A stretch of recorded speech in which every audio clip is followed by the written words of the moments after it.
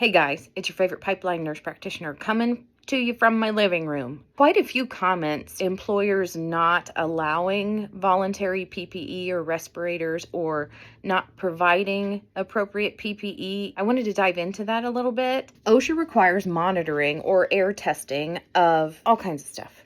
I'll put a list up here. If those levels exceed a certain amount in the air, your employer is required to provide you a respirator. If your employer has fantastic ventilation, the air tests can still be under the OSHA required limits, so they wouldn't be required to give you a respirator.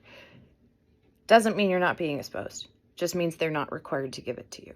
I've had people say, I brought my own respirator and my employer said, no, you can't wear it. And here's why employers don't want to get into it. An employer can allow voluntary respirator use if exposure levels don't surpass OSHA limits. And it has to be a filtering face piece, N95 or something similar, a P100, and then an R series. Your employer is not required to pay for it. They are required to give you the OSHA handout, something called like info for employees using respirators voluntarily or something. If the employee is wearing it voluntarily, they don't have to do a medical clearance or a fit test. If an employee wants to wear an elastomeric mask or a PAPR and the air quality tests determine they're not required, the employer still has to implement a written respiratory standards plan and ensure that the employee has medical clearance.